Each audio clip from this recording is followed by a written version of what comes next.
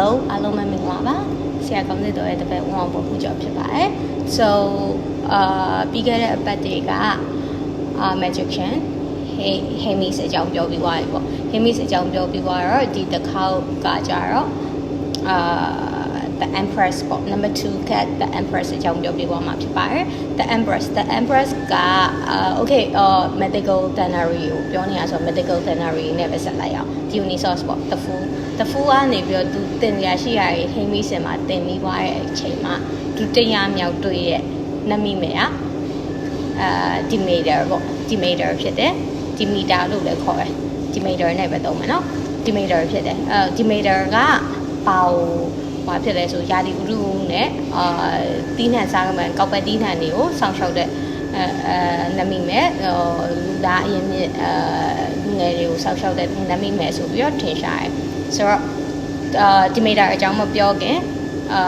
the Empress ကကိုကြည့်အောင်Empress ကလေခွင်းထဲမှာတီးနှံစားပင်နေနဲ့ပြီးတော့ဘရင်မှာလေခွင်းထဲမှာ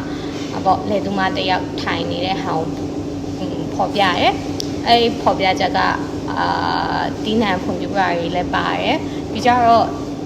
အဲ့အမျိုးသမီးရဲ့ဟန်ပုံကြည့်လိုက်မယ်ဆိုရင်ကိုဝင်ဆောင်ထားတဲ့လိုပုံစံမျိုးလည်းတွေ့ရတယ်ပြီးကြတော့သူ့လေပင်မှာဆွဲထားရဲ့လေဆွဲပေါ့လေဆွဲက12ရာသီခွင်12ရာသီခွင်ကိုဖော်ပြထားလည်းဖြစ်တယ်လို့ကဘာရာသီဥတုနဲ့ရာသီခွင်12ခုနဲ့ဆက်ဆက်နေရဆိုရအောင်လည်းဖော်ပြချက်ဖြစ်တယ်ဆိုတော့ okay အဲ့တော့ Demeter အကြောင်းပြောပြီးသွားပြီဆိုရင်ကတ်ကိုဆက်လိုက်ရအောင်ကတ်ကိုမဆက်ခင်မှာ Demeter နဲ့ပတ်သက်တဲ့နောက်ကြောင်းရာစု backstory ကိုရှင်းပြမယ်ပေါ့ဆိုတော့ Demeter မှာသူအရန်ချစ်ခင်ပြန်လို့ရတဲ့သမီးတစ်ယောက်ရှိတယ်အဲ့သမီးနာမည်က Persephone အကြောင်းကဒီ High Priestess လာမှာဆက်ပြီးတော့ရှင်းပြမယ် okay Persephone ကိုသူကအဲ့လိုမျိုးအနိဋ္ဌာယုံနဲ့အများကြီးမြင်ပြီးတော့ तू က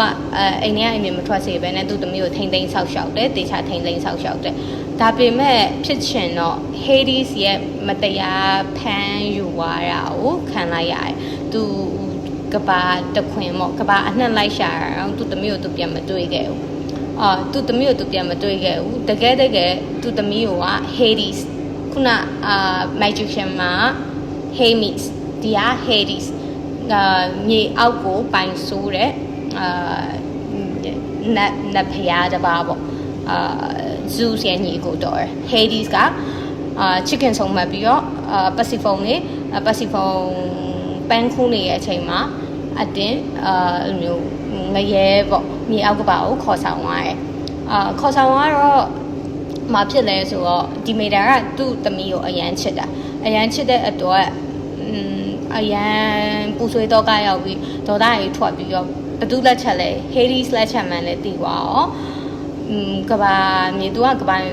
ယာဒီဥရုကိုလည်းထိန်းချုပ်တာ။ကဘာ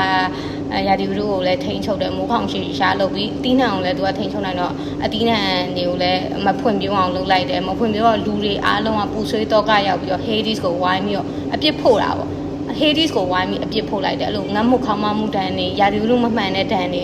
နဲ့Hades ကိုအပြစ်ဖို့လိုက်တယ်ဒီမှာကDionysos မှာတော့Dionysos ကမြေအောက်ကပါမှာလဲExos အနေနဲ့မွေးဖွာလာတဲ့နတ်ဖျားတစ်ပါးဖြစ်တယ်ဆိုတော့ Hades ကသူ့ရဲ့မိန်းမပြူပေါ့သူ့ရဲ့မိန်းမပြူ Persephone ကိုတလဲတီကျွေးပြီးတော့Exos ကိုပြန်မွေးစေတယ်ဒါကတပိုင်းဒါ High Priestess မှာဆက်ပြီးတော့ပြောပြပေးသွားမယ်အဲ့လိုမိုးခေါင်ရေရှားနဲ့တီးနှံနေမဖြစ်ထွန်းတဲ့အချိန်မှာဘယ်သူကဝင်လာလဲဆို the magician Hemis ကဝင်လာတယ်ဝင်ပြီးဖြန့်ဖြေပြီးလိုက်တဲ့အချိန်မှာသူ့သမီးကတော့သူ့စီပြန်ရောက်သွားတယ် Persephone က Demeter စီပြန်ရောက်သွားတယ်ဒါပေမဲ့3လတခါတော့သူကငရဲမှာသွားနေပေးရတယ်အဲ့ဒါကြောင့်ဒီ3လ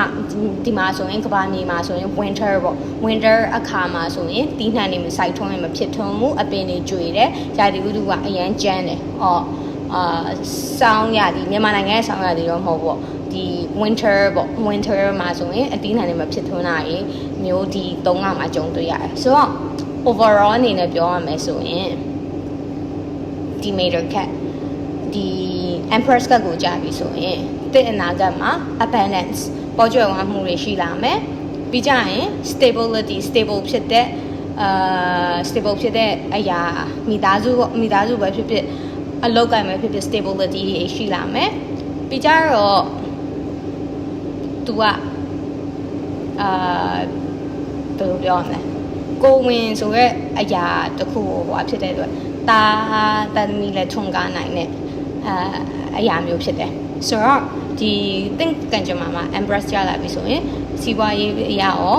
လူမှုရေးအရာရောငွေရေးကြေးရေးအရာရောပေါ်ကျော်ဝါခြင်းတွေရလာမယ်ကိုလုံးသမျှအလုံးကိုင်းတွေဖြစ်ထွန်းလာမယ်ပြီးကြရင်မိသားစုဘဝလေးကိုခိုင်ခိုင်မာမာရလာလိမ့်မယ်ပြီးကြရင်တာသမီထွန်းကားမယ်စားတဲ့အချက်တွေကိုတွေ့ကြုံရလိမ့်မယ်လို့ဒီတက်ကဖော်ပြနေပါတယ်ကျေးဇူးတင်ပါတယ်